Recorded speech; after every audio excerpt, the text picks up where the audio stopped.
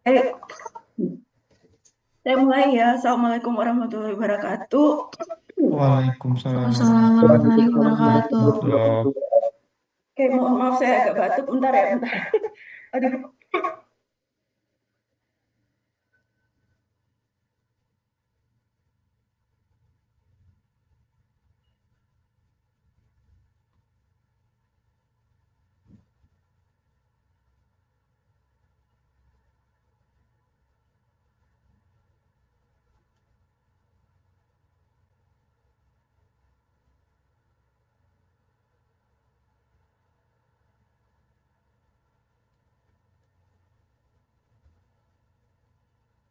Oke, hari ini kita akan membahas tentang traktus gastrointestinal ya, patologi pada traktus gastrointestinal. Suara saya bisa kedengeran ya? Terdengar dong. Terdengar dong. Bisa ya. Langsung saya mulai aja. Sorry banget, saya batuk banget.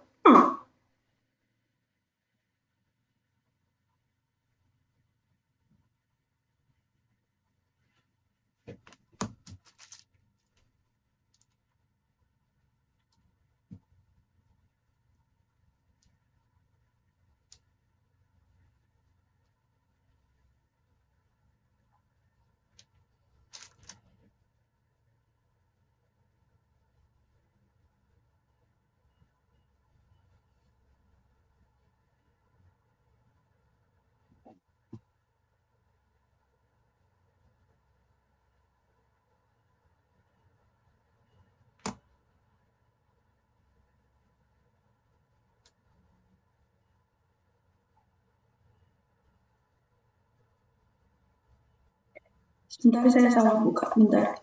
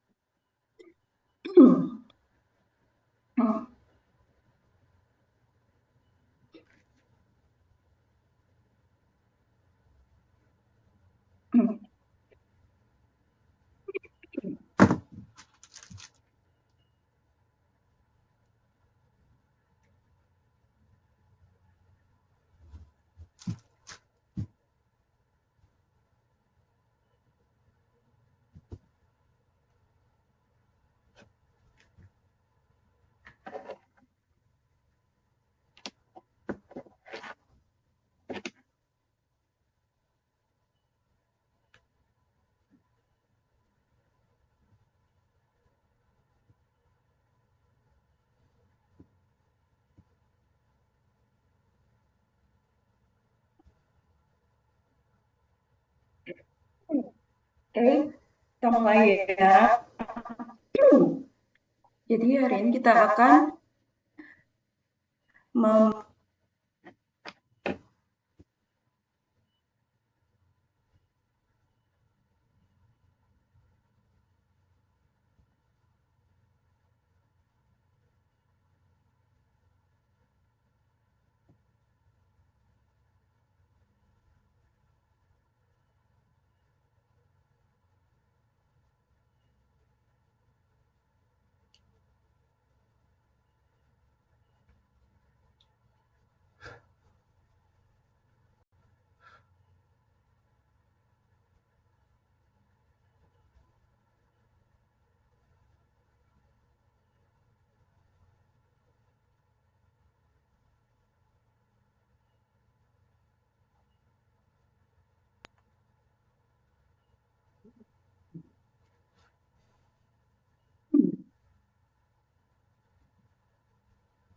Oke, hari ini kita membahas tentang patologi traktus gastrointestinal. Nah, sebelum kita bahas patologi penyakitnya, ini saya hanya ingin mengingatkan aja tentang kalian harus tahu epitel pelapis di sepanjang traktus gastrointestinal ya. Oke, suara saya bisa kedengeran ya? Oh, bisa kedengeran ya? Bisa ya. Oke, ini adalah epitel pelapis traktus gastrointestinal mulai dari rongga mulut tempat makanan itu masuk sampai dengan anus. Nah, ini dari rongga mulut sampai dengan anus ini kan berbeda-beda nih epitelnya. Kalau di rongga mulut ada epitel gaping berlapis, kemudian kelenjar salivarius. Ini kelenjar salivarius ini yang menghasilkan enzim ya, enzim yang membantu dalam mendiges makanan ya. Kalau di salivarius ada epitelnya kuboid, esophagus epitel gaping berlapis, kemudian makanan akan ke gaster, di mana di situ epitelnya kolumner selapis. Ke usus halus, di sini usus halus itu epitelnya kolumner selapis juga ya, sama dengan gaster. Kemudian ke kolon, rektum, dan anus. Nah ini kalian bisa lihat kan beda ya, pelapisnya itu beda. Kira-kira ada yang tahu nggak kenapa pelapisnya dari rongga mulut sampai dengan anus itu berbeda? Kira-kira kenapa bisa seperti itu? Di traktus gastrointestinal. Kenapa dia harus berbeda? Kenapa nggak epitel aja semua? Kenapa nggak epitel kolumner selapis aja semua? Atau epitel kolumner selapis bergoblet aja semua? Gitu. Tahu nggak kira kenapa nih? Karena epitel ini disesuaikan dengan apa yang melalui rongga mulut, disesuaikan dengan fungsinya. Contoh, di rongga mulut itu epitel gaping berlapis. Karena makanan yang masuk itu dalam bentuk bongkahan-bongkahan besar ya. Bongkahan besar yang kasar. Sehingga epitel yang melapisinya harus epitel yang cukup kuat. Nah, epitel yang cukup kuat di sini adalah epitel gaping berlapis. Jadi epitel yang sangat tahan terhadap gesekan. Makanya di rongga mulut itu epitelnya epitel gaping berlapis. Kemudian dia sampai misalnya di gaster jadi epitel kolumner selapis. Nah, epitel kolumner selapis ini biasanya dia bersekresi ya. Jadi dia akan mengeluarkan enzim-enzim juga ya, biasanya seperti itu. Kemudian makanan akan masuk usus halus. Kemudian di usus halus epitelnya juga epitel kolumner selapis. Sorry ini nggak ada ya. Epitel kolumner selapis, tetapi biasanya di usus halus itu epitelnya ada silianya. Fungsinya adalah untuk kira-kira silia itu fungsinya untuk apa sih? Ada yang tahu nggak? Silia di usus halus itu fungsinya untuk apa? Ada yang bisa jawab? Fungsinya untuk menggerakkan makanan dan juga dia berfungsi untuk menyerap epitel kolumner itu fungsinya untuk menyerap zat-zat gizi ya yang diperlukan oleh tubuh. Kemudian makanan akan ke di kolon epitelnya itu nggak bersilia lagi, tapi epitelnya kolumner selapis tetapi ada gobletnya. Nah gobletnya itu akan mensekresi lendir. Iya, karena kolon itu kan fungsinya untuk apa? Untuk menampung sisa-sisa makanan ya. Jadi dia akan mensekresikan lendir yang bercampur dengan sisa-sisa makanan untuk dikeluarkan melalui rektum dan akhirnya keluar melalui anus ya. Jadi memang epitel ini disesuaikan dengan fungsi pada traktus gastrointestinal. Nah, ini kita ke patologi gastrointestinal ya, setelah kalian ingat sebentar histologinya ya. Ada yang saluran pencernaan atas, ada yang saluran pencernaan bawah. Kalau yang saluran pencernaan atas itu dari rongga mulut, termasuk kelenjar salivarius, sampai dengan gaster. Itu saluran pencernaan atas. Kalau saluran pencernaan bawah, itu mulai dari usus. Mulai dari usus ya, dari mulai duodenum, kemudian ileum, kemudian kolon yang dari kolon ascendent, transversum, descendent, sampai dengan anus. Itu saluran pencernaan bawah. Nah, yang perlu kalian ingat adalah bahwa apabila terjadi sesuatu atau terjadi suatu patologi di saluran pencernaan atas dan saluran pencernaan bawah, biasanya gejalanya itu akan berbeda. Gejala utamanya akan berbeda. Kalau pada saluran pencernaan atas, biasanya keluhan utamanya itu adalah nyeri perut, mual, dan muntah. Tapi kalau saluran pencernaan bawah biasanya keluhannya adalah berupa diare atau sebaliknya konstipasi, ya. Kalau diare itu BAB berlebihan, di mana terjadi perubahan konsistensi dan perubahan volume, ya. Atau sebaliknya adalah konstipasi, nggak bisa BAB sama sekali dan diiringi dengan nyeri perut, ya. Jadi itu dua perbedaan utama dalam hal keluhannya, ya.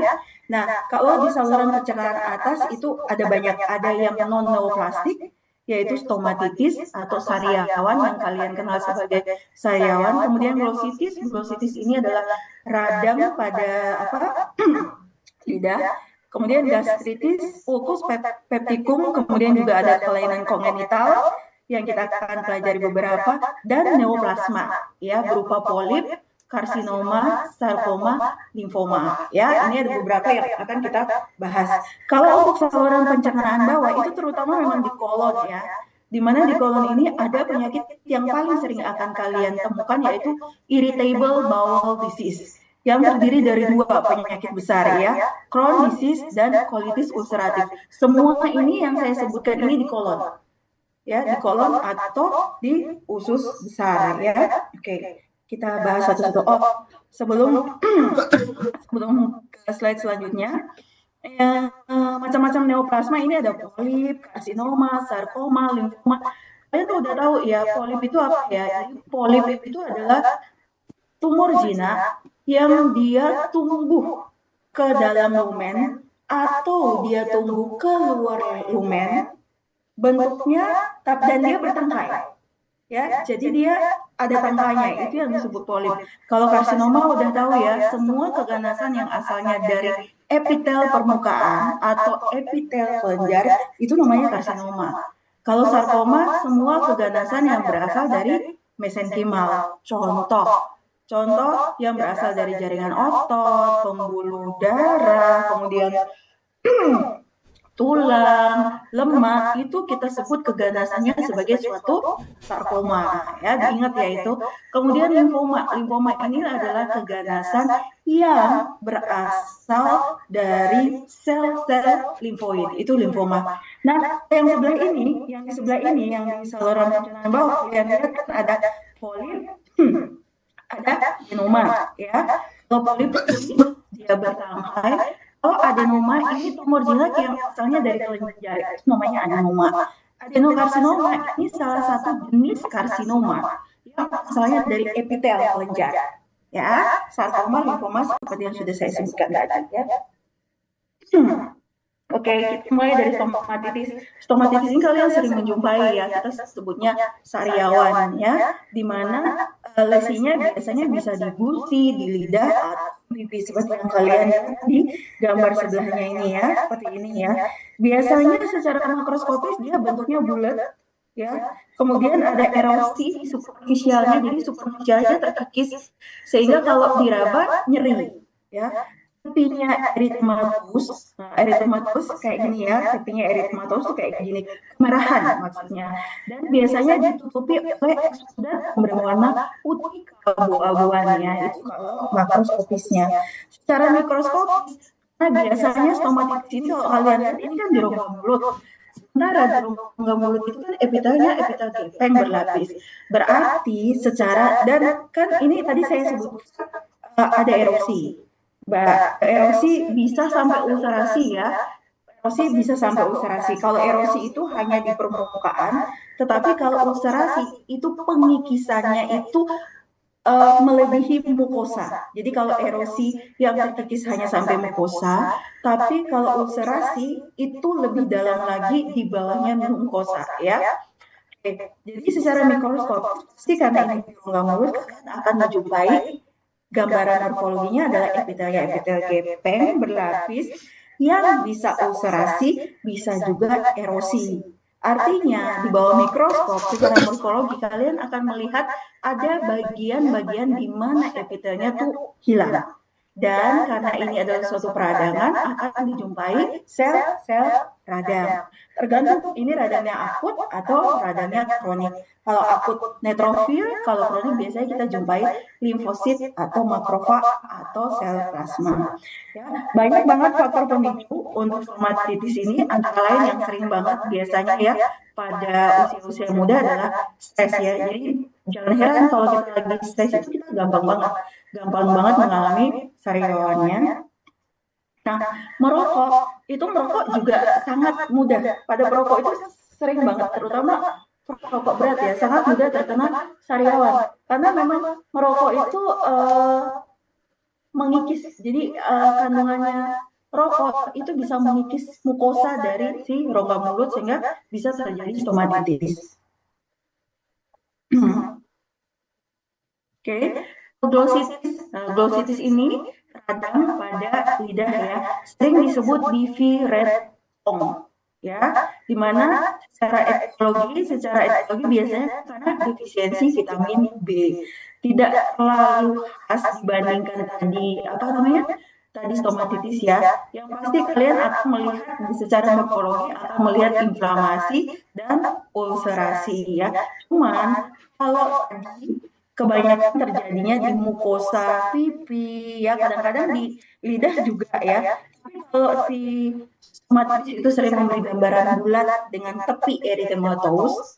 Kalau glossitis ini biasanya lidahnya tampak sangat merah dan kelihatan licin banget ya. Kalau kalian perhatiin lidah kalian itu nggak licin ya. Jadi ada papil-papil sedikit, ada papil-papilnya ya, cenderung kasar.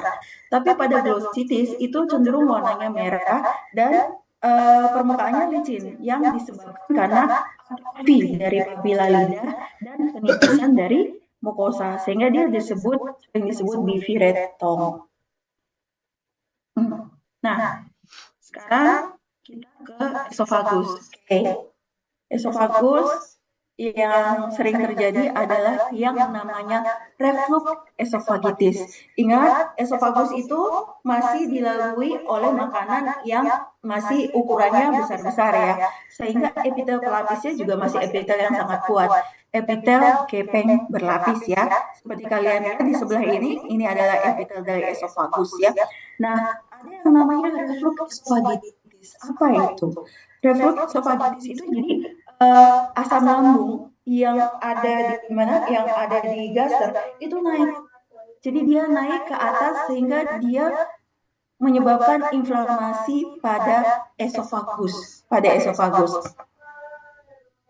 Esofagus itu dilapisi epitel kepeng berlapis dan sangat sensitif terhadap asam ya, sangat sensitif terhadap asam.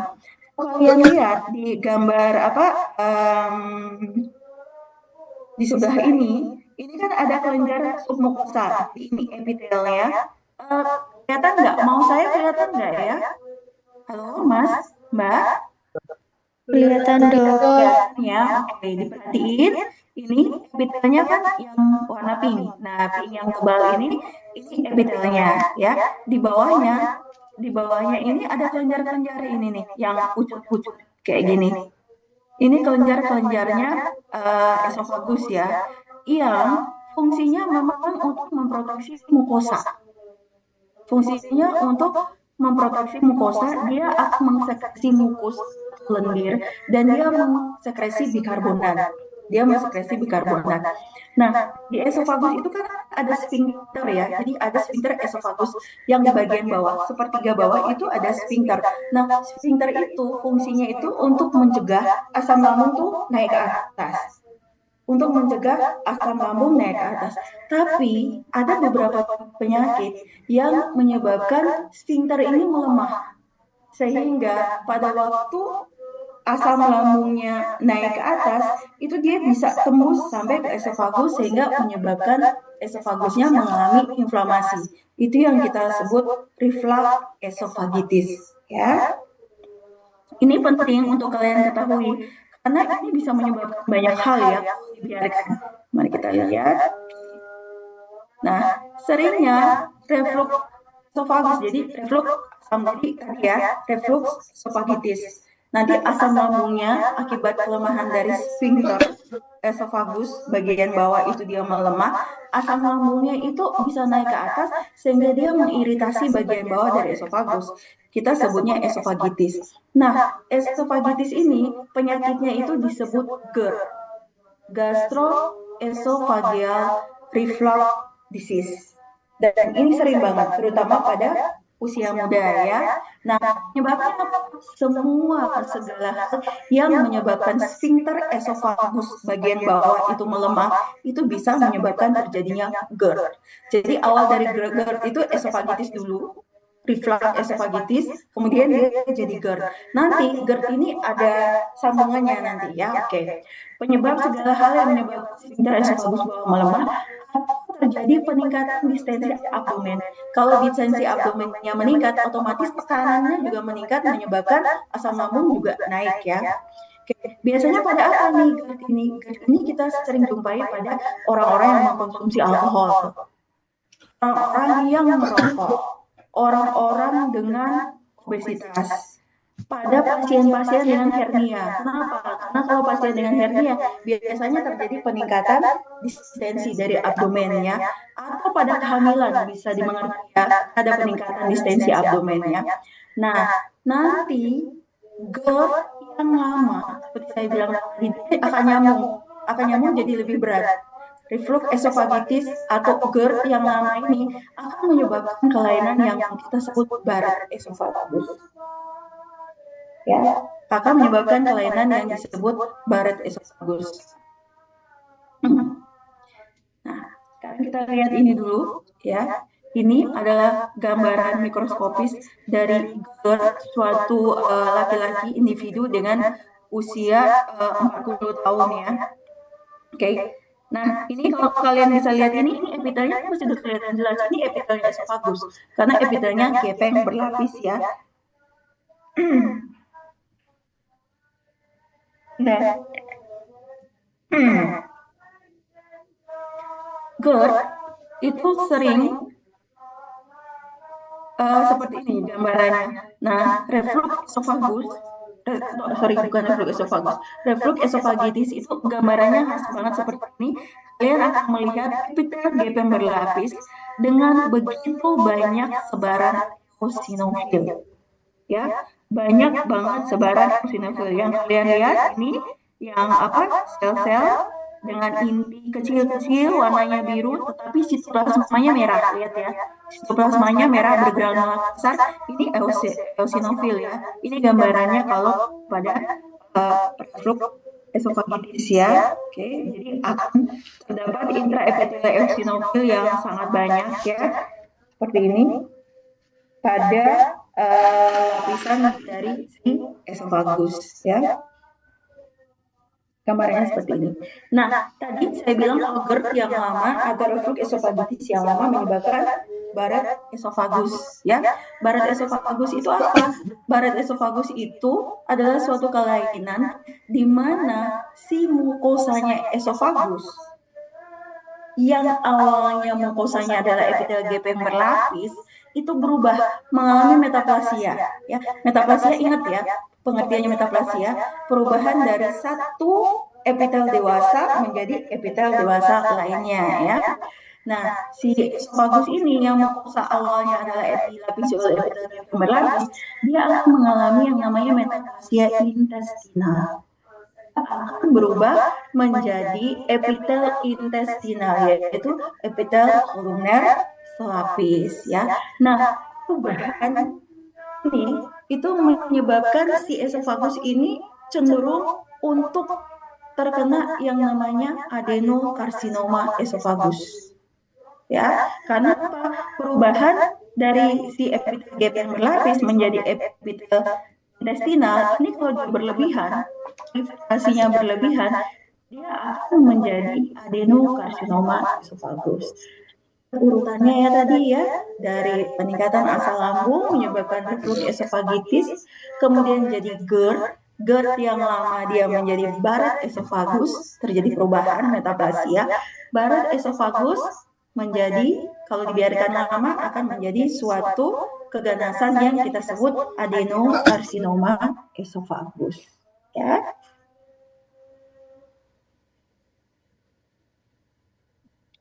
Nah, kita bahas tentang keganasan yang di esofagus ya. Tadi saya bilang keganasan yang paling sering adalah yaitu perubahan dari barat esofagus menjadi suatu adenokarsinoma ya. Seperti ini yang kalian lihat. Nah, kalian lihat seperti ini ya.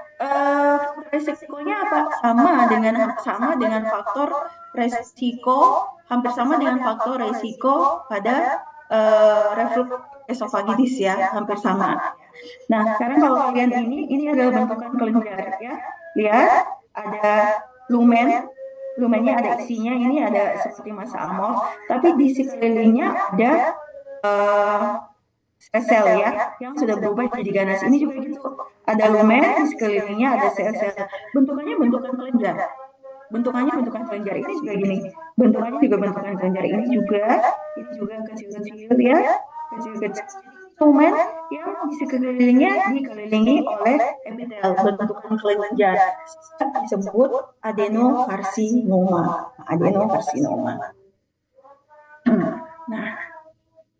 Nah, adenokarsinoma itu sering terjadi di sepertiga tengah esofagus ya. Ini maaf. Tadi adenokarsinoma yang ini. Nah, adenokarsinoma. Kemudian selain adenokarsinoma ada juga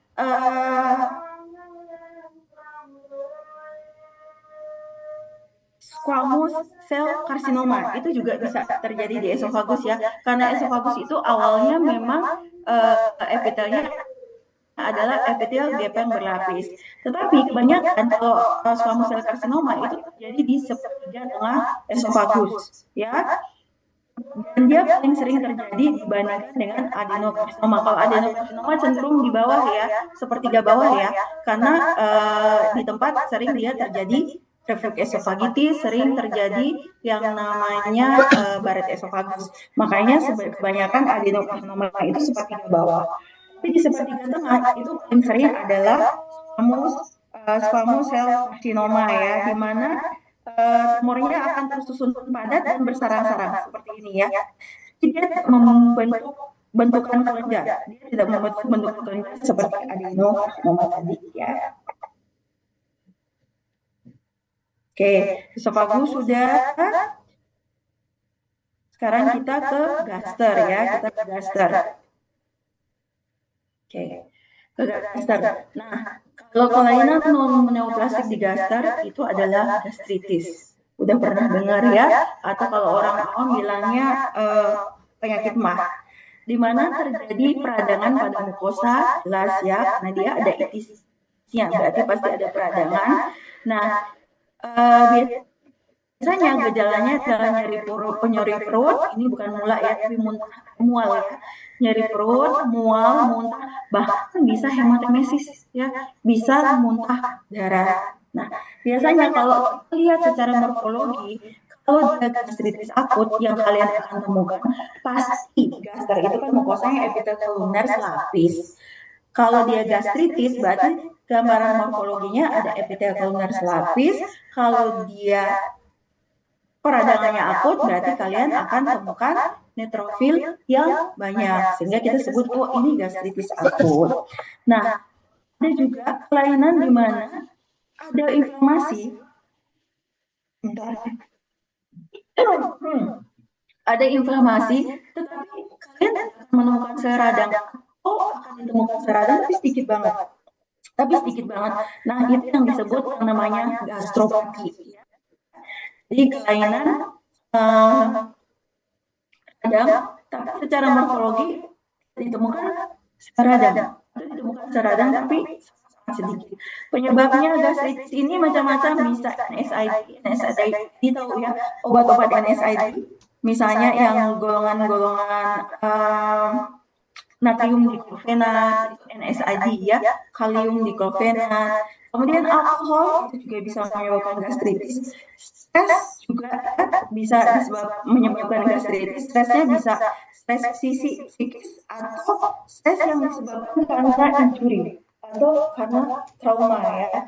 Contohnya pada pasien-pasien yang mengalami operasi yang cukup berat. itu biasanya akan terjadi yang namanya stress ulcer ya. Jadi terjadi ulcerasi di mukosa akibat karena adanya injury yang terjadi pada sebagai efek samping dari suatu operasi besar ya.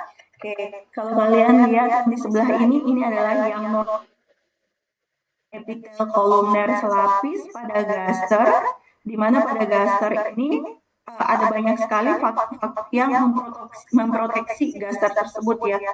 Permukaan mukosa, dia mengsekresi, dia menghasilkan bikarbonat, mengsekresi mukus juga ya di sini. Tapi pada saat dia terkena injury dengan penyebabnya macam-macam yang ada di kotak ini ya. Nah, NSAID, merokok, alkohol ya. Nah, ini terjadi kemampuan si mukosa untuk mempertahankan diri itu terganggu, sehingga dia lebih mudah rusak, ya, lebih mudah rusak, dan dia terjadi seperti ini. Nah, mukosanya di sebelah sini kalian lihat, mukosanya hilang, ya, mengalami ulcerasi, ya. Kalau sudah kayak gini, kita sebutnya udah bukan gastritis lagi, ya. Kita sebutnya ini adalah suatu ulkus gaster ya, di mana sebagian utuh ini dia jadi menjadi hilang, dan di bawahnya kita bisa temukan sel-sel radang. Nah, untuk khusus gastritis ini yang perlu diwaspadai adalah gastritis ini ada yang disebabkan oleh suatu kuman yang namanya Helicobacter pylori. Kenapa kuman ini penting? Karena kuman ini bisa menyebabkan terjadinya juga keganasan ya apabila dibiarkan. Okay. Nah, ini adalah patogenesis dari gastritis ya. Kalau gaster itu kan lumen itu hanya kan kurang dari 1, dia asam ya, lebih asam dari darah yang ada di dalam sirkulasi. Nah, fungsinya sebenarnya asam lambung ini untuk mencerna. Ya, tetapi kalau dia berlebihan, dia merusak mukosa itu sendiri, merusak mukosa gaster itu sendiri ya. Nah, musin, jadi gaster itu menghasilkan musin yang dihasilkan oleh kelenjar di gaster itu sebenarnya fungsinya adalah juga mencegah supaya makanan itu tidak langsung bersentuhan dengan epitel. Ya, dia mencegah supaya makanan itu tidak langsung bersentuhan dengan epitel. Jadi bayangkan saja kalau terjadi destruksi pada mukosa epitel. Kalau mukosa epitel yang awalnya itu proteksi terhadap makanan biar dia nggak nempel langsung, ya dia kan mengsekresi musin yang tidak menempel langsung. Kalau dia mukosanya destruksi, epitelnya destruksi, yang terjadi adalah apa? Asam lambungnya bersentuhan langsung dengan epitel. Dia bersentuhan langsung dengan mukosa, sehingga terjadilah injury, terjadilah inflamasi. Proses inflamasi dimulai. Kalau itu dibiarkan secara terus-menerus, nah ini kan sudah mulai ada inflamasi, kalian lihat nih yang di injury ya, yang di tengah udah mulai ada neutrofil nih, lihat mulai ada inflamasi. Nah, lama-lama inflamasi itu dibiarkan, mukosanya hilang. Bentar lagi kuliah tuh. Mukosanya hilang ya. Seperti cari makan aja. Ya, di gambar yang ketiga ini. Oke. Nah, tadi gastritis akut didominasi oleh neutrofil. Kalau gastritis kronik, nah ini yang perlu dipelajari. Gastritis kronik itu kalau kalian lihat di bawah mikroskop, pasti kebanyakan adalah mukosa yang dia bisa ulcerasi, dia bisa erosi, dengan sel-sel radang yang dominan itu adalah limfosit. Nah, ada gastritis kronik yang disebabkan oleh tadi infeksi Helicobacter pylori. Ya, infeksi oleh Helicobacter pylori ini biasanya gejalanya itu tidak seberat yang akut, tapi dia persisten. Artinya gimana sih persisten itu?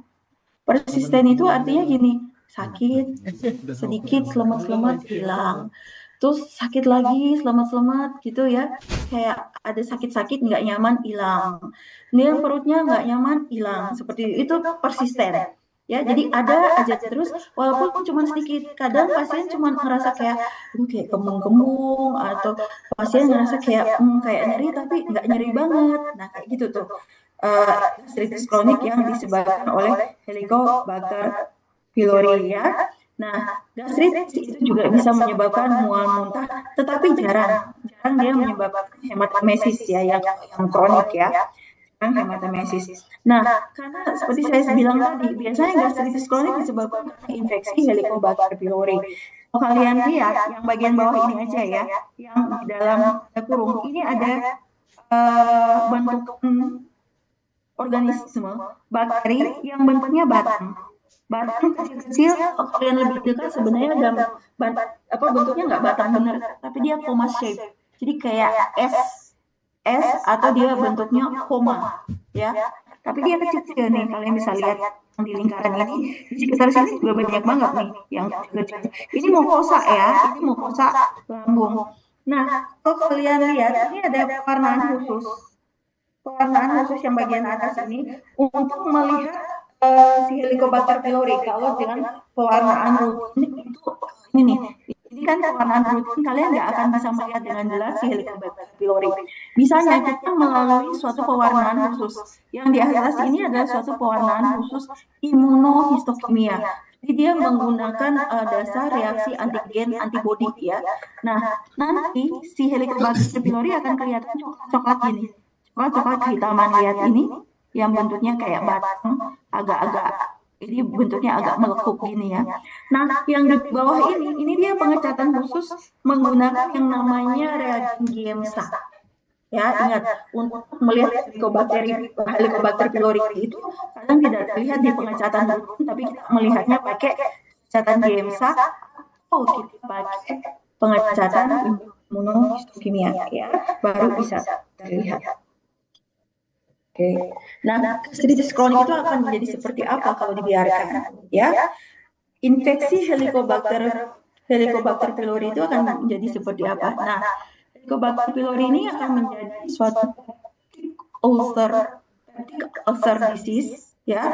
Jadi kalau awalnya ulcerasinya hanya di lambung, dia jadi lebih luas lagi sampai dengan duodenum. Kalau ulcerasinya sampai di duodenum, kita sebutnya ulcus pepticum. Ya, kalau dia cuma di gaster, kita sebutnya ulcus gaster. Tapi dia kalau meluas sampai duodenum, kita sebutnya ulcus pepticum. Ya. Kemudian Helicobacter pylori ini juga kalau dibiarkan menyebabkan suatu keganasan yang namanya limfoma. B-cell lymphoma atau nama lainnya adalah maltoma. Ya, kalau tadi yang di esofagus, ya barat esofagus, esofagitis, reflux esofagitis jadi barat esofagus, kemudian jadi adenokarsinoma esofagus. Kalau si Helicobacter pylori itu dari gastritis, bisa jadi peptic ulcer, bisa menjadi suatu keganasan limfoma ya. Oke.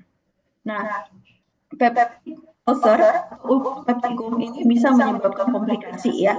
Yang bisa baca sendiri ini, komplikasinya bisa perdarahan ya. Nah, dia ulcerasi ya, lama-lama ulcerasi itu makin lama makin dalam sampai akhirnya dia menembus sampai di pembuluh darah sehingga dia bleeding ya. Kemudian perforasi.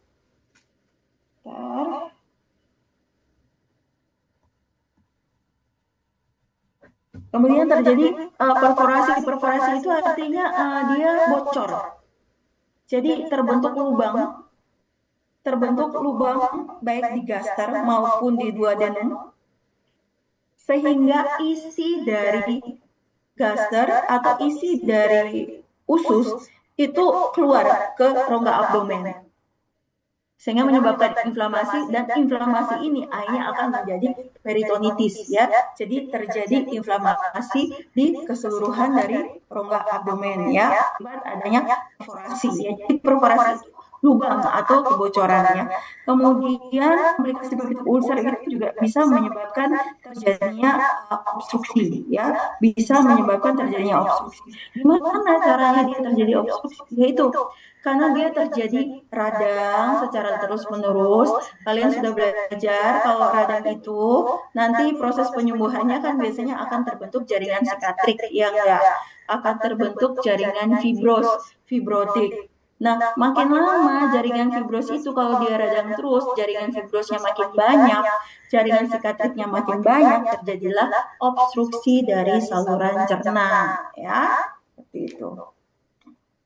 Oke, ini kita ke proses neoplastik pada gaster ya. Ada yang namanya polip gaster. Polip itu tadi saya bilang adalah suatu bentukan dari tumor jinak yang asalnya dari epitel permukaan yang dia bertangkai, ya, yang dia bertangkai. Ini adalah bentuk-bentukan dari polip gaster ya, seperti ini. Biasanya dia bertangkai. Ini adalah gambaran morfologinya, ya, morfologi kalau kalian lihat di bawah mikroskop. Nanti praktikum bisa lihat ya. Epitelnya masih baik-baik aja, tapi dia membentuk seperti apa tuh? Seperti kubah yang ada tangkainya, ya, itu polip gaster. Nah, adenokarsinoma gaster sama, di mana-mana adenokarsinoma itu bentukannya juga sama, ya. Bentukannya seperti kelenjar seperti ini, ya. Gini, ada lumen di tengah-tengah, kemudian ada lumen di tengah-tengah, ini dikelilingi oleh sel-sel yang sudah berubah menjadi ganas, ya.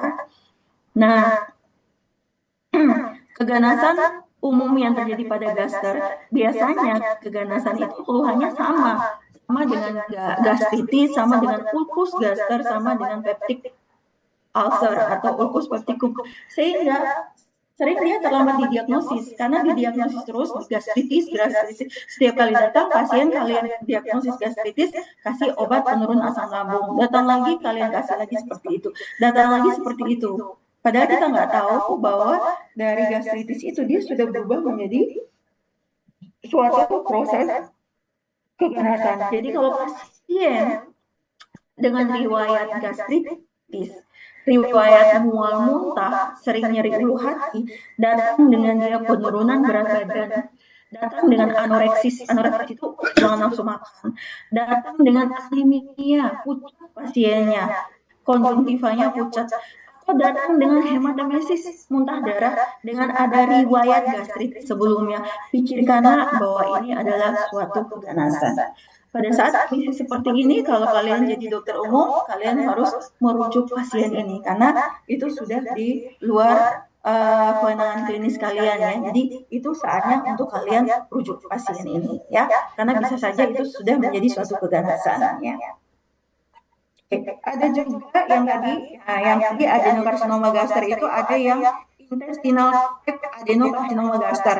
Maksudnya intestinal type itu bentukannya seperti kelenjar pada intestinal, pada usus, ya. Jadi seperti kelenjar biasa, ya, bulat, ada lumen. Tapi juga ada adenokarsinoma yang dia bentuknya yang kita sebut diffuse. Apa sih itu adenokarsinoma diffuse type? Yaitu tadi bentukannya seperti kelenjar, ada lumen, kemudian sel-sel ganas berkeliling di sekitarnya. Kalau si diffuse type itu bentuknya seperti signet ring cell. Jadi bentuknya itu kayak sel, tapi intinya di tepi, kayak cincin, ya, cincin yang ada mata cincinnya, ya, signet ring cell. Kalian bisa lihat ini gambaran bulat, ada inti di tepi, ya. Ini dia sitoplasma, satu sel, sitoplasmanya luas, intinya di tepi, ya. Ada sel ini intinya di tepi. Ini juga, yang ini juga. Jadi ini adenokarsinoma yang diffuse type, ya. Jadi ini cuma untuk membedakan tipenya aja, Tapi terapinya semuanya sama, ya. Terapinya semua sama. Ini cuma perbedaan secara morfologi aja. Oke, sekarang kita bahas tentang limfoma, ya. Maltoma. Kalau limfoma pada gastrointestinal itu kita sebutnya maltoma. Myeloma ya, lymphoma mucosa associated lymphoid tissue, yaitu myeloma. Lymphoma of mucosa associated lymphoid tissue. Ya, jadi kenapa disebut begini? Ini untuk membedakan dengan limfoma yang biasa terjadi pada kelenjar limfoid. Ya, pada kelenjar limfoid. Jadi kalau dia terjadinya pada gastrointestinal, kita sebutnya lymphoma of mucosa associated lymphoid tissue atau myeloma. Nah, limfoma ini tumbuhnya juga pelan-pelan. Jadi dia sifatnya indolen. Pelan-pelan. Dari kecil banget, jadi sedang, makin lama makin besar, makin lama makin besar. Pada saat itu sudah besar, biasanya sudah besar sekali. Pasien datang perutnya sudah membesar ya, karena dia tumbuhnya pelan-pelan. Ya. Nah, yang mikroskopisnya kalian lihat gini, ini epithelial columnar lapis. Nah, bawahnya kan harusnya di submukosa itu, kalau kita lihat gambar skematiknya gaster, di mukosa itu kan harusnya ada kelenjar-kelenjar yang bersekresi musin. Tapi kalau kalian lihat di sini, ini kelenjarnya udah nggak di sini, kelenjarnya kebanyakan udah nggak ada, digantikan oleh sel-sel yang bentuknya bulat-bulat, warnanya biru-biru. Nah, di sini di bagian bawah kita masih lihat bentukan kelenjarnya yang masih tersisa. Tetapi kebanyakan kelenjarnya sudah tergantikan oleh sel-sel yang bulat-bulat ini. Bulat, dia sebar diffuse ya. Tersebar diffuse itu artinya dia tersebar banyak sekali. Nah, kalau lihat makroskopisnya, kalau lymphoma ini lihat, ini mukosa usus, lihat kayak bentukan bulat warnanya putih. Ya, bentukan bulat-bulat warnanya putih. Nah, kalau di mikroskopis lihat seperti ini dia, ya, limfoma. Jadi ya, Helicobacter pylori itu bisa menyebabkan terjadinya limfoma ya, ingat. Oke, ada juga suatu sarkoma. Suatu sarkoma yang bisa terjadi di gastrointestinal, terutama lambung, yang namanya GIS. Gastrointestinal stromal tumor. Ini kurang L ya. Ini bukan stroma tumor, tapi stromal tumor ya. Kurang L. Ada yang namanya gastrointestinal stromal tumor. Nah, ini adalah tumor yang berasal dari mesenkimal, tapi dia tidak mengikuti aturan penamaan tumor mesenkimal. Kan kalau tumor mesenkimal, kalau kalian tahu penamaannya kalau ganas itu kita bilangnya sarkoma ya, ada tulisan sarkomanya, tapi ini enggak. Gastrointestinal stromal tumor ini asalnya dari mesenkimal, yang terbanyak di abdomen sama gaster. Nah, asalnya itu dari sel kajal. Ya, kalau kalian udah belajar histologi, itu kalian pasti tahu sel kajal itu ada di mana ya. Letaknya biasanya di muscularis propria gastrointestinal, dan biasanya penyakit gastrointestinal stromal tumor ini adalah mutasi pada reseptor tirosin kinase atau KI.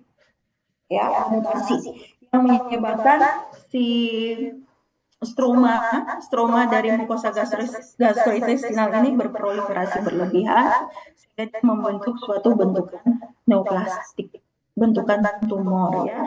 Nah, biasanya bentukannya nggak bulat-bulat limfoma tadi.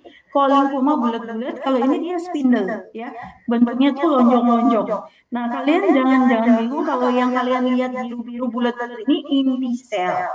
Tapi yang saya ingin kalian lihat itu adalah bentukan selnya. Lihat, selnya panjang-panjang ya. Nih, sel yang panjang dengan inti di tengah. Karena selnya bentuknya memang spindle, ya, berasal dari sel kajal ya. Ini seperti ini. Nanti pas aku lihat lagi ya, biar lebih jelas ya. Bentuknya spindle ini, jadi nggak bulat-bulat kayak tadi. Kalau limfoma bulat, kalau adenokarsinoma bentukannya kelenjar ya. Dan kita bahas di mana? Kita bahas gaster. Sekarang kita bahas kolon ya. Oke, kolon ini lihat ini bentukan normalnya ya, skematik normalnya ini histologinya. di mana dia epitel kolumner biasanya bergoblet ya. Kalau kolon itu dia nggak punya villi ya, dia nggak punya villi, dan dia punya limfoid, limfoid di mukosanya. Ini mukosa, ini submukosanya, ini muscularis proprianya ya. Lapisannya kolon kan seperti itu ya. Kalau kalian lihat yang kiri, nah kalau yang lebih dekat lagi, ini epitel mukosa dari kolon, epitelnya kolumner, tapi ada kayak bulat-bulat nih warna putih, ini yang namanya sel goblet. Dia fungsinya untuk mensekresi musin, ya namanya sel goblet, fungsinya untuk mensekresi musin. Normalnya seperti ini.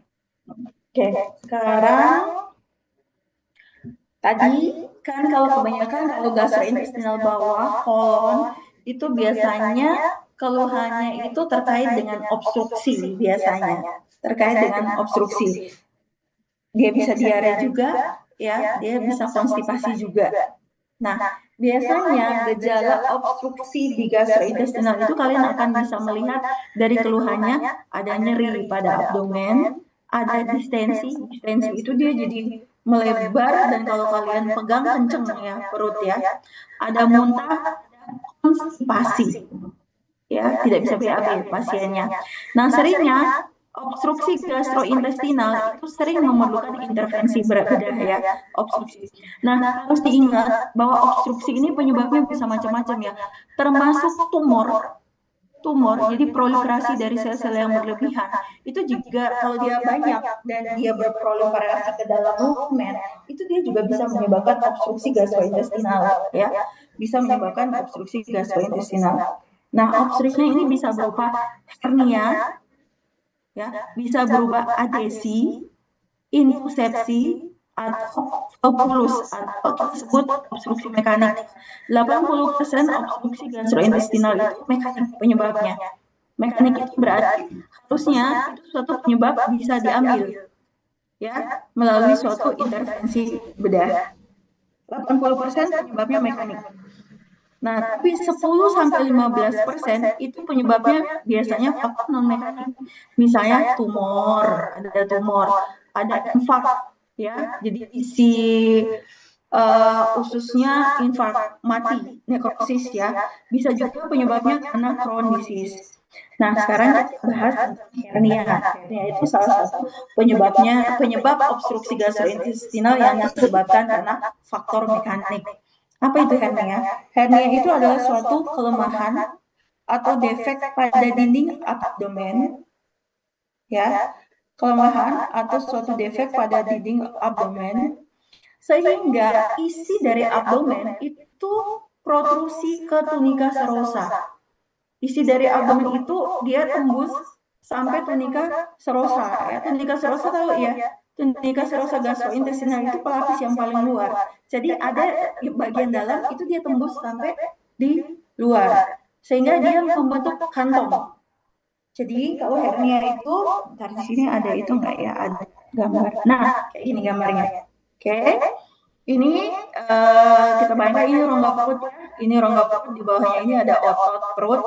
Nah, kalau terjadi kelemahan misalnya kelemahan pada dinding perut, ini isi dari rongga abdomen, biasanya usus, ini akan protrusi melalui celah yang terbentuk, dia menyebabkan kantong, ya, jadi memberi gambaran seperti kantong, ya, kantong hernia ini kita sebutnya.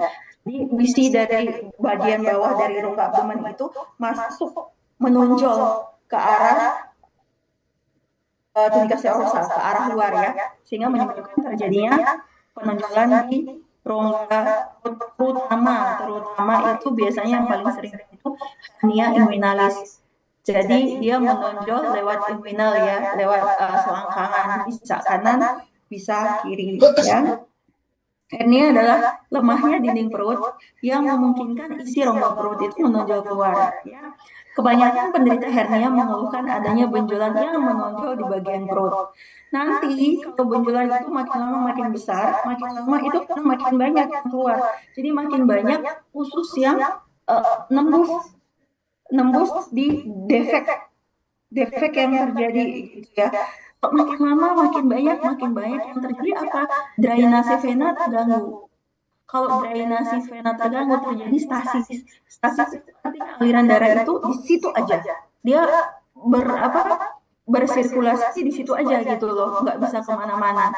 Sehingga terjadilah yang namanya udema. Ingat, salah satu patofisiologi udema adalah karena obstruksi. Ya, jadi karena obstruksi, sel yang di intraseluler itu keluar ke intersisial sehingga terjadi udema. Makin lama, udemanya makin lama makin besar, akhirnya si bagian yang menonjol ini, kalau dia masih kecil dia bisa masuk lagi, bisa ditekan masuk ke dalam lagi tuh ususnya. Tapi kalau makin lama makin banyak, makin lama makin banyak, ditambah terjadi udema, akhirnya lama-lama si usus yang terjebak itu udah nggak bisa lagi dimasukkan ke dalam rongga abdomen. Sehingga terjadilah yang namanya inkarserasi. Inkarserata atau inkarserasi. Jadi dia kejebak di situ nggak bisa bergerak. Kalau usus terjebak di situ nggak bisa bergerak sama sekali, dia kejepit di situ, yang terjadi adalah apa? Arteri venanya juga kejepit. Kalau arteri vena kejepit, aliran darah nggak bisa lancar di situ, kan nggak bisa ngalir tuh karena terjebak di situ. Akhirnya yang terjadi adalah infark, mati. Usus, bagian usus yang terjebak di hernia itu mati. Ya. Itu kalau pada hernia. Nah, ini biasanya ya satu-satunya jalan adalah dengan pembedahan, ya. Dibebaskan bagian usus yang terjepit ini gitu. Ya, harus dibebaskan. Makin lama makin banyak, bisa jadi infark akan lebih luas lagi di ususnya, ya. Jadi usus yang tidak berfungsi sama sekali akan lebih banyak lagi, sehingga hernia itu juga tidak boleh dibiarkan, harus melalui intervensi bedah. Nah, terus ada lagi, nah ini yang hernia yang saya sudah sebutkan tadi. Nah, ada lagi obstruksi gastrointestinal yang kita sebut adhesi, ya. Adhesi itu apa? Terjadi perlekatan, ya. Biasanya perlekatan itu akibat karena infeksi yang lama, akibat karena tindakan komplikasi dari tindakan operasi. Tadi infeksi yang lama, tindakan operasi itu menyebabkan injuri, ya. Menyebabkan injuri, terjadilah inflamasi. Inflamasi menyebabkan ada fibrotik, ya, ada scar, ada sikatrik. Akhirnya antara usus satu sama usus lain itu jadinya itu lengket. Ya, jadi antara usus satu sama usus lain akibat karena inflamasi itu terjadi perlengketan. Itu yang disebut adhesi. Kalau dia lengket, ya dia jadi obstruksi juga, ya. Dia jadi obstruksi juga. Oke. Misalnya seringnya kalau wanita itu ada yang namanya endometriosis. Endometriosis itu adanya kelenjar endometrium yang bukan di tempatnya. Kalau kelenjar endometrium itu kan di endometrium, ya, di rahim, ya. Jadi di rahim itu ada kelenjar endometrium, di uterus, ya, uterus bagian dalam itu kan ada kelenjar endometrium, harusnya di situ. Tetapi ini ada kelainan namanya endometriosis, di mana kelenjar endometrium itu terbentuknya nggak cuma di uterus, tapi juga terbentuk di bagian-bagian lain. Contohnya salah satunya di usus. Nah, hal ini menyebabkan terjadinya peradangan. Peradangan terus-menerus menyebabkan terjadinya adhesi. Adhesi menyebabkan terjadinya obstruksi, gitu, ya. Kemudian yang bawah ini kalian lihat volvulus. Volvulus itu dia muntir, ya, ususnya terpuntir. Nah, kalau ususnya terpuntir, sebentar ya.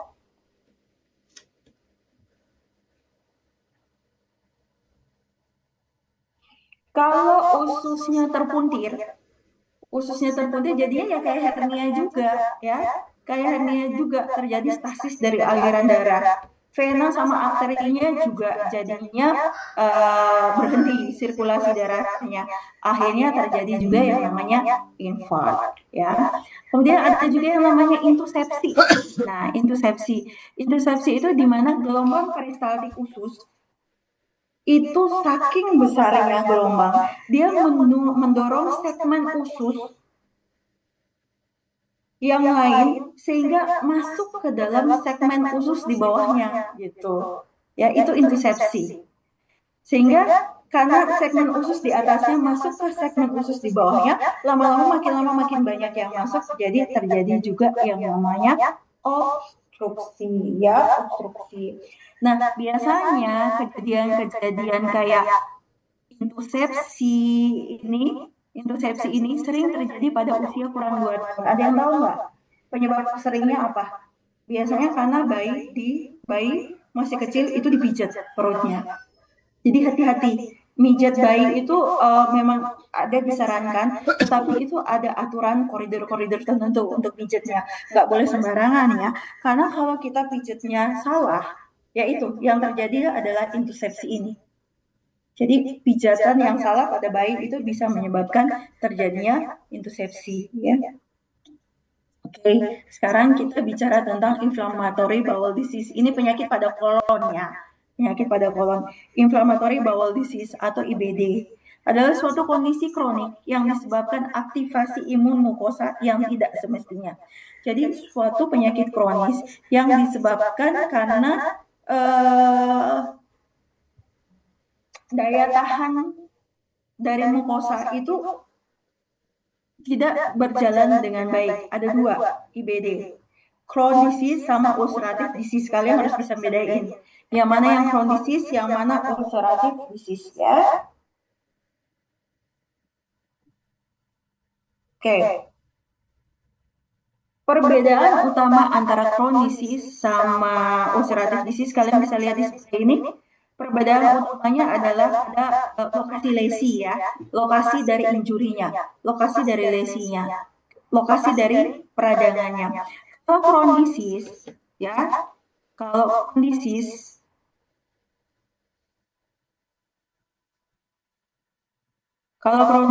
biasanya lokasinya di semua area gastrointestinal itu kena. Ya, lokasinya di semua area gastrointestinal itu bisa kena, ya, bisa terkena. Jadi bisa, tapi kondisi itu tidak terkenanya itu bukan seluruh lapisannya terkena. Biasanya dia ada yang namanya skip lesion. Jadi skip lesion itu adalah gini, ya. Misalnya ini yang bagian merah-merahnya, yang lebih merah lagi ya, ini ada lesi inflamasi. Nanti di bagian sini nggak ada lesi inflamasi. Nanti di sini ada lesi lagi. Di sini bebas. Di sini ada lesi lagi. Itu yang namanya skip lesion. Itu khas banget kita temukan di Crohn disease ya. Jadi ada bagian usus yang meradang, di sampingnya nggak meradang. Nanti beberapa saat kemudian, beberapa senti setelah itu ada yang meradang, setelah itu ada yang masih normal. Ada yang radang, ada yang masih normal. Itu yang namanya skip lesion. Hanya ditemukan di Crohn disease. Ya, jadi tapi Crohn disease itu bisa terkena di semua area. Maksudnya terkena di semua area itu, tapi dengan skip lesion ya. Jadi dia bisa di kolon ascendant, bisa di kolon descendant, ya.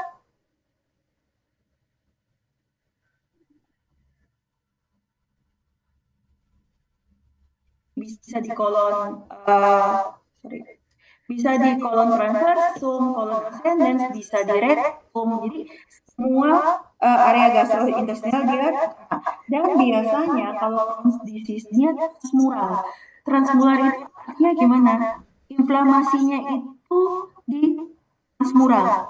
Jadi sampai dengan tunika muscularis dari mukosa gastrointestinal ya, di tunika muscularis ya, ini seperti ini. Nah, kalau ulcerative colitis gimana? Kalau ulcerative colitis itu biasanya lesinya itu terbatas hanya pada kolon dan rektum. Crohn disease itu ileum aja bisa kena. Yang penting dia gastrointestinal ya. Dia ileum aja bisa kena. Tapi berbeda dengan colitis ulceratif atau ulcerative colitis. Biasanya dia hanya pada kolon, batas pada kolon dan rektum di bagian mukosa dan submukosa. Jadi transmuralnya aman. Bisa dimengerti ya. Jadi kalau ulcerative colitis itu lesinya itu biasanya di kolon tok sama rektum. dan biasanya perluasan lesinya itu hanya sampai submukosa, ya, mukosa, submukosa. Tapi kalau Crohn disease itu bisa terjadi di semua area gastrointestinal bawah dengan khasnya ada skip lesion dan area perluasannya sampai dengan transmural. Jadi sampai dengan tunica muscularis. Ingat lagi, kolon itu kan ada epitelnya, epitel kolumner selapis bergoblet. Itu mukosanya ya. Di bawahnya kan ada submukosa. Di bawah submukosa itu ada tunica muscularis. Di bawah tunica muscularis itu ada tunica serosa. Kalau dia lesinya di rektum atau di kolon hanya sampai dengan submukosa itu ulcerative colitis. Tapi kalau dia sampai transmural, lesinya di misalnya di ileum, dia sampai ada inflamasi di ileum, lesinya sampai di transmural, ada skip lesion, itu berarti dia adalah suatu inflammatory bowel disease yang tipe Crohn disease, ya. Oke, ini adalah perbedaan yang tadi kebanyakan sudah saya bicarakan tadi ya. Saya bicarakan tadi di mana ada skip lesion yang satunya, kalau colitis tidak ada skip lesion ya. Oke, seperti ini mikroskopnya seperti ini ya, hampir sama kayak ya, hampir sama kayak ini. Kalau kondisi yang bagian mikroskop kalau kalian perhatiin ini sering granuloma ya. Sementara pada ulcerative colitis itu tidak ditemukan granuloma biasanya ya, nggak ditemukan granuloma. Kalau ulcerative colitis itu limited ke mukosa, sampai submukosa juga bisa ya. Kondisi seperti yang saya sebutkan tadi, dia biasanya transmural ya, dia biasanya transmural.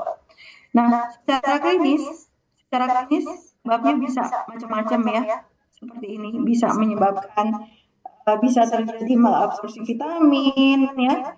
Secara klinis juga kalau ulcerative colitis itu lebih berpotensi untuk jadi keganasan kalau ulcerative colitis. Di samping selain disease ya, maksudnya lebih cenderung colitis ulcerative itu lebih cenderung bisa terjadi ganas dibandingkan Crohn disease ya.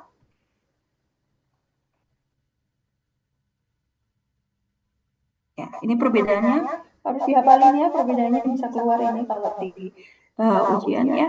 Oke, kayak gini Crohn disease. Nah,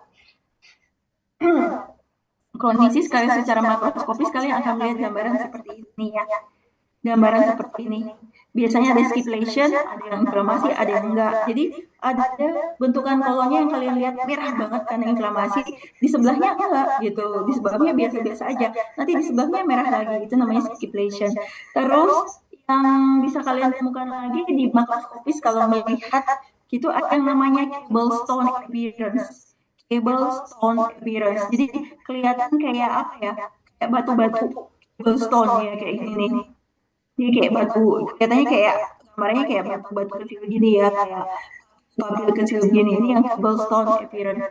Kemudian secara mikroskopis kalian juga akan menjumpai yang namanya creeping fat. Creeping fat itu apa sih creeping fat ya? Creeping itu creeping itu kayak fat itu kan lemak ya. Creeping itu kayak si lemak itu dia menyusup ya, dia menyusup sampai permukaan serosa, di mana ini lemak mesenterik itu meluas sampai dengan permukaan serosa ya. Jadi lemak yang berasal dari mesenterik itu dia bisa kayak menyusup meluas itu sampai dengan permukaan serosanya dari si kolon ya.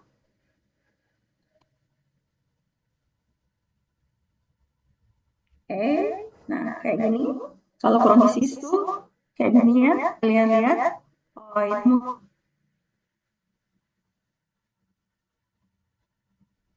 mungkin entah. Semoga di lab ini kondisi benar-benar ini mukosa itu peradangannya sudah mulai dari mukosa ke submukosa jauh sampai ini tunica muscularis ya, sampai menembus tunica muscularis nih radangnya.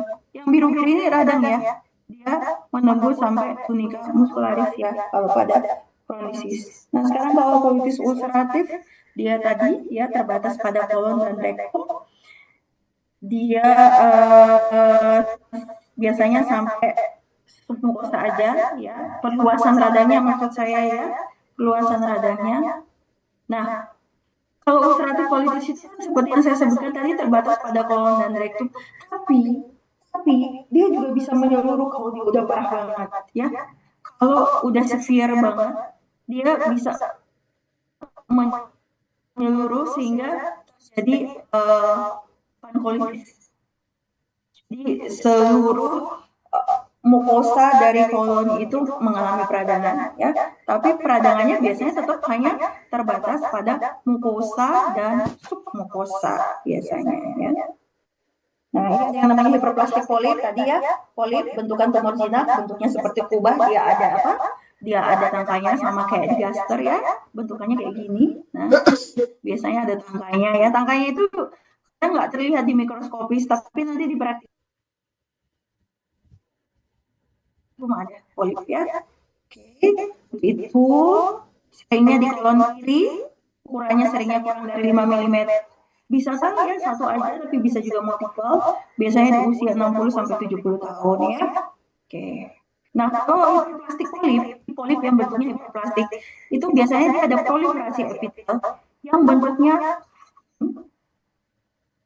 dan ini merupakan hallmark atau ciri khas dari suatu polip hiperplastik. Nah, ini lihat arsitektur itu kayak gergaji. Kalian bayangin kalau gergaji itu kan dia bergerigi ya. Jadi mukosanya itu tampak bergerigi gitu loh. Nah, kayak gini nih. Kayak apa ya? Nah, ini kalau kalian lihat lebih dekat. Nah, ini yang gambar yang ketiga ya di bagian bawah. Ini nih, mukosanya tuh kayak bergerigi. Ini yang disebut ya, striated surface architecture. Ya, mukosanya tampak bergerigi ya seperti ini. Oke, nah tadi hiperplastik polip, gambaran khasnya adalah tufting ya. Sekarang kalau polip yang neoplastik itu namanya adenoma ya. Nah, saya perlihatkan lagi ini hiperplastik polip ya. Kalau hiperplastik polip ini proliferasi bentuknya seperti kubah, dia bertangkai, terus ada tuftingnya. Kalau hiperplastik polip ya ada tuftingnya, tetapi sel-selnya itu belum berubah, masih normal sel-selnya, masih baik sel-selnya. Nah, kalau suatu polip selnya berubah, itu kita sebutnya, walaupun dia masih polip, tapi kalau dia selnya berubah, itu kita sebutnya adenoma. Jadi selnya berubah itu disebut apa namanya tadi? Disebut displasia ya. Perubahan dari sel pada polip itu kita sebut displasia. Kalau polip sudah berubah epitelnya itu kita sebutnya adenoma ya. Kita sebutnya adenoma. Dan hati-hati. Jadi kalau polip dibiarkan terus menerus, biasanya dia akan berubah menjadi adenoma. Adenoma dibiarkan dia akan berubah menjadi adenokarsinoma ya. Jadi dia berubah dari awalnya jinak, dia jadi ganas. Ya, dia jadi ganas. Ini salah satu mekanisme terjadinya adenokarsinoma kolon. Ini sering disampaikan karena mekanisme terjadinya adenokarsinoma kolon ini bisa menjelaskan suatu proses karsinogenesis. Di mana kalau kalian lihat ini mukosanya masih normal nih. Mukosa kolon masih normal. Ya. Kalau terjadi mutasi itu penyebabnya bisa macam-macam ya. Mutasi itu ada yang genetik, herediter, ya, dia memang lahir dengan membawa sel yang sudah bermutasi. Tapi mutasi itu juga bisa disebabkan inflamasi yang berlebihan, juga bisa terjadi mutasi ya. Radiasi bisa menyebabkan mutasi, virus itu juga bisa menyebabkan mutasi, atau zat-zat kimia yang berbahaya, nitrosamin misalnya di dalam makanan, atau zat-zat pengawet itu juga bisa menyebabkan mutasi ya. Jadi kalau ini kalian bisa lihat kalau normal. Halo, masih terdengar ya? Masih mendengarkan ya kalian ya? Masih ya. Ini kan mukosa yang normal. Mukosa yang normal apabila dia terjadi mutasi, contohnya ini ya, APC di lengan ini lengan apa? Lengan DNA-nya 5Q21. Kalau terjadi mutasi, dia akan mulai berubah. Awalnya belum berubah nih, walaupun misalnya terjadi mutasi pada APC ini. Tapi injury terus-menerus, lesi yang dia dapat terus-menerus, contoh inflamasinya terus-menerus ya, inflamasi terus-menerus, hanya terjadi mutasi lagi nih, bukan cuma APC, tapi mutasi yang namanya beta-catenin, kita sebutnya second hit, ya ini ya, mutasi yang selanjutnya beta-catenin. Nah, nanti akan terbentuk yang namanya proto-onkogen. Proto-onkogen itu kalau kalian ingat waktu kita belajar tentang neoplasma, itu adalah gen yang normal. Gen normal yang dia berfungsi mengatur proliferasi sel, itu proto-onkogen. Kalau proto-onkogen mengalami mutasi, dia jadi onkogen, ya. Onkogen itu yang akan menjadi sel-sel ganas, yang punya potensi menjadi sel-sel ganas, oke? Kemudian dia ada mutasi lagi nih, mutasi kedua, second hit, ada mutasi dari beta-catenin. Ini akan menyebabkan proto-onkogennya mutasi, dia jadi onkogen, ya. Kemudian terjadi lagi nih mutasi, misalnya ada KRAS. Nah, lihat dia mulai menjadi polip, ya, mulai jadi polip ini. Si proto-onkogen sudah mulai mengalami mutasi, dia jadi onkogen, dia mulai mutasi nih, kelihatan yang biru-biru ini sel yang sudah berubah ya, sel yang normal yang sudah berubah, lihat di sebelah sebelahnya masih normal. Nah, setelah itu ada mutasi lagi, jadi mutasi itu banyak banget ya. Pada cancer itu mutasinya tuh bisa banyak sekali mutasi yang terjadi ya. Jadi sel proto-onkogen yang berubah jadi onkogen itu bisa banyak banget ya. Nah ini contohnya kalian lihat, ini ada mutasi di gen P53. P53 itu gen yang berperan dalam apoptosis sel, ya, yang mematikan sel, yang harusnya memang harus mati, ya. Ini ada mutasi di P53, misalnya, contohnya di P53. Akhirnya, karena mutasi di P53, padahal P53 itu fungsinya untuk apoptosis, akhirnya selnya kan nggak mati-mati tuh. Sel yang berproliferasi, yang harusnya mati, diserap oleh tubuh, itu nggak mati-mati, ya. Dia nggak mati-mati, sehingga terjadilah makin banyak proliferasinya, terjadilah dari polip terjadi perubahan dari epitel, terjadi displasia, epitelnya berubah tuh morfologinya, sudah tidak normal lagi. Akhirnya terbentuklah yang namanya adenoma, ya. Ini bentuknya polip, tetapi dengan mukosa yang sudah berubah bentuk. Mukosa yang masih normal yang merah-merah ini ya, yang pink ini ya, dia sudah berubah bentuk nih, terjadilah adenoma. Nah, adenoma akhirnya jadi mutasi, tambah mutasi, proliferasinya tambah berlebihan, ya terbentuklah yang namanya, nih, lihat selnya yang di sini, walaupun dia sudah berubah, tapi masih bisa dikenali, hanya epitelnya berubah jadi nggak karu-karuan bentuknya. Nah, di sini terjadilah yang namanya karsinoma. Jadi ini bisa menggambarkan karsinogenesis yang secara umum terjadi seperti ini, ya. Umum terjadi seperti ini. Ingat lagi dulu ya proses neoplastik. Oke, ini kalau kolon karena dia ada kelenjar-kelenjar, kalau dia ganas dia jadi adenokarsinoma bisa, ya. Adenokarsinoma asalnya dari mana? Ya tadi yang sudah saya sampaikan tadi, ya. Dari sini hiperplastik, polip, kemudian dia jadi adenoma, akhirnya dia jadi karsinoma, ya. Kalau asalnya dari kelenjar namanya adenokarsinoma kolon, ya. Oke. Nah, ini kalau ini apendisitis ya. Ini kayaknya judulnya jadi hilang ini ya. Ini apendisitis. Jadi ini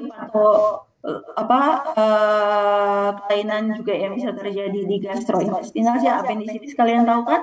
Usus buntu ya. Jadi peradangan pada usus buntu biasanya disebabkan karena obstruksi. Ya, ini fekalit. Jadi obstruksi dari feses yang mengeras biasanya dia ya.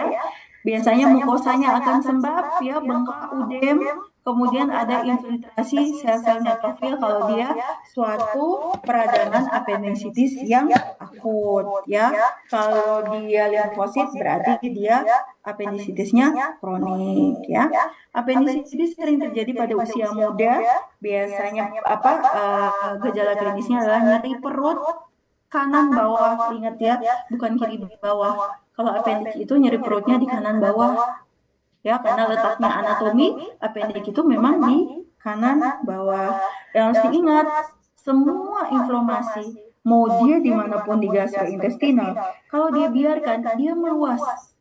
Ya, dia meluas, terbentuklah abses. Ya, abses itu kumpulan dari neutrofil, kemudian dia jadi nekrosis. Ya, akhirnya karena dia nekrosis, dia ulcerasi dulu. Kemudian karena ulcerasi itu akhirnya nekrosis, ya sel-selnya mati. Kemudian dindingnya ruptur. Ruptur itu artinya apa tuh? Ruptur itu kayak pecah gitu, perforasi. Nah, pecah, perforasi, terbentuklah lubang sehingga sel-sel inflamasi itu akan masuk ke rongga perut sehingga dia menyebabkan terjadinya peritonitis. Ya, seperti itu. Nggak cuma di appendix. Nggak cuma inflamasi pada appendix yang bisa menyebabkan peritonitis. Semua inflamasi yang ada di gastrointestinal, kalau dia dibiarkan, dia bisa meluas menjadi perforasi atau ruptur dan akhirnya terjadi peritonitis. Ya. Oke, kalau ini kelainan pada anus ya, kalau kalian lihat ini adalah ini epitel gepeng berlapis, di bawahnya ada pembuluh-pembuluh darah disertai trombin ya. Semua ada trombin banyak banget ini. Nah, ini biasanya pada hemoroid ya, Biasanya disebabkan karena tekanan vena yang berlebihan pada plexus hemoroidalis. Penyebab predisposisinya bisa mengejan berlebihan akibat konstipasi ya, bisa karena stasis vena pada kehamilan ya. Biasanya keluhannya adalah nyeri, darahnya segar, menetes, ada benjolan pada anus. Nah, kalau pada anus itu kan ada yang namanya linea dentata ya. Linea dentata itu yang memisahkan antara rektum sama anus. Itu linea dentata. Nah, kalau lokasinya si pelebaran vena terjadi tekanan vena berlebihan itu kan menyebabkan venanya melebar. Jadi kalau pada hemoroid ini yang terkena adalah vena ya, ingat bukan arteri ya. Nah, kalau venanya yang melebar itu di atas linea dentata, rektum, di atas linea dentata, itu biasanya akan menjadi namanya hemoroid interna. Tapi kalau dia di bawah linea dentata, itu kita sebut hemoroid eksterna. Secara morfologi, kalau hemoroid interna karena dia di rektum, di atas linea dentata yang kalian akan lihat mukosanya, morfologinya mukosa epitel kolumner. Ya, di bawahnya ada ini lebaran vena yang berisi tembus. Kalau epitelnya ini, nah ini epitelnya epitel gepeng ya, ini epitelnya epitel gepeng nih. Di epitel gepeng, di sini ada vena-vena yang melebar. Nah ini berarti hernia eksterna. Nah, dia terjadi di bawah linea dentata ya. Jadi seperti itu. Oke, kayaknya cuma sampai situ aja. Nah biasanya saya soalnya itu nggak melulu soal teori ya. Contohnya itu saya suka ngasih kasus. Mungkin kadang-kadang gejalanya itu tidak saya sebutkan di PPT saya ya, nggak saya sebutkan PPT saya. Tapi kalian harus bisa menghubungkan, itulah gunanya belajar patologi anatomi ya.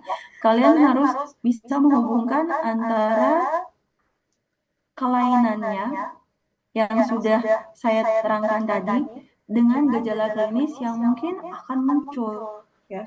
Contoh ini misalnya saya kasusnya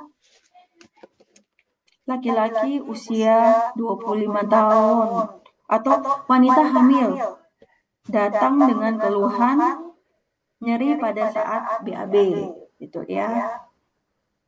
Darahnya segar menetes, atau mungkin saya nggak bilang darahnya darah segar menetes, hanya mengeluhkan nyeri terus ada benjolan. Pemeriksaan mikroskopisnya seperti ini. Ya kalian harus hafal itunya. Jadi karena kalian kalau pas ujian itu waktunya terbatas ya. Jadi jangan membuang waktu ngebaca semua soalnya ya. Sebenarnya kalau di PA itu asal kalian tahu, ingat aja dasar patologi yang terjadi, gambaran mikroskopisnya seperti apa, itu lebih gampang buat kalian. Misalnya ini datang dengan keluhan BAB nyeri kayak gitu. Ada benjolan yang hilang timbul. Nah, misalnya gitu. Di sini kan saya nggak tulis nih, benjolan hilang timbul. Kemudian gambarannya seperti ini. Biasanya fotonya itu nggak saya ganti. Ya udah, berarti ini hemoroid.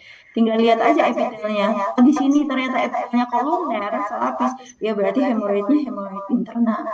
Tapi kalau epitelnya ternyata apa? Gaping, oh berarti hemoroid eksterna. Tapi kalau yang diperlihatkan adalah epitel gaping, di sebelahnya ada epitel kolumner, berarti itu adalah suatu hemoroid eksterna et interna. Jadi gitu ya. Jadi yang diingat itu sebenarnya cuma umur, karena umur tertentu itu biasanya terjadi penyakit-penyakit tertentu. Kemudian lokasi sama gambaran mikroskopisnya, supaya kalian tidak terlalu lama menghabiskan waktu dengan membaca soal, ya. Oke, sampai sini ini dimengerti dengan baik ya. Mekanisme terjadinya karsinoma ya pada kolon harus kalian mengerti dengan baik ya, bahwa suatu karsinoma itu tidak terjadi mendadak seperti itu gitu. Jadi ada pemicunya, ada inisiasinya, sehingga dia menjadi karsinoma. Ini juga bisa kalian jadikan dasar kalau kalian mengasih edukasi ke pasien. Kenapa suatu gejala itu tidak boleh dibiarkan terus-menerus. Suatu inflamasi itu harus segera diobati. Karena bisa terjadi di mekanisme yang sudah saya sampaikan ke kalian tadi ini, gitu ya. Seperti itu. Sampai sini yang mau ditanyakan? Kayaknya nggak ada. Oke. Oh nggak ada yang mau ditanyakan? Halo? Hai. Ya dok. Stop share. Ini sudah itu nggak Mas? Buat absensi Mas sudah? Sudah dok, sudah di screenshot. Baik. Oke. Berarti kita ketemu lagi tanggal berapa? Tanggal 31 Oktober? Ya enggak? Bukan Ya. tanggal 30 dok. Oh 30 bukan 31. Sebentar. 31 kayaknya Mas? Enggak ya? Hari Jumat kayaknya. Oh iya. Hari Jumat ya? Hari Jumat itu mungkin kuliahnya agak sore ya, karena kalau nggak salah kelas B itu masih, saya mau mulai jam 3, tapi kelas B ternyata ada apa itu? Ada farmasi kalau nggak salah. Nah, kalau ternyata farmasi itu kalian ada perubahan, kalian kasih tahu ya, biar kita bisa mulainya lebih awal. Ya? Baik dok. Baik, itu aja yang bisa saya sampaikan. Semoga bermanfaat ya.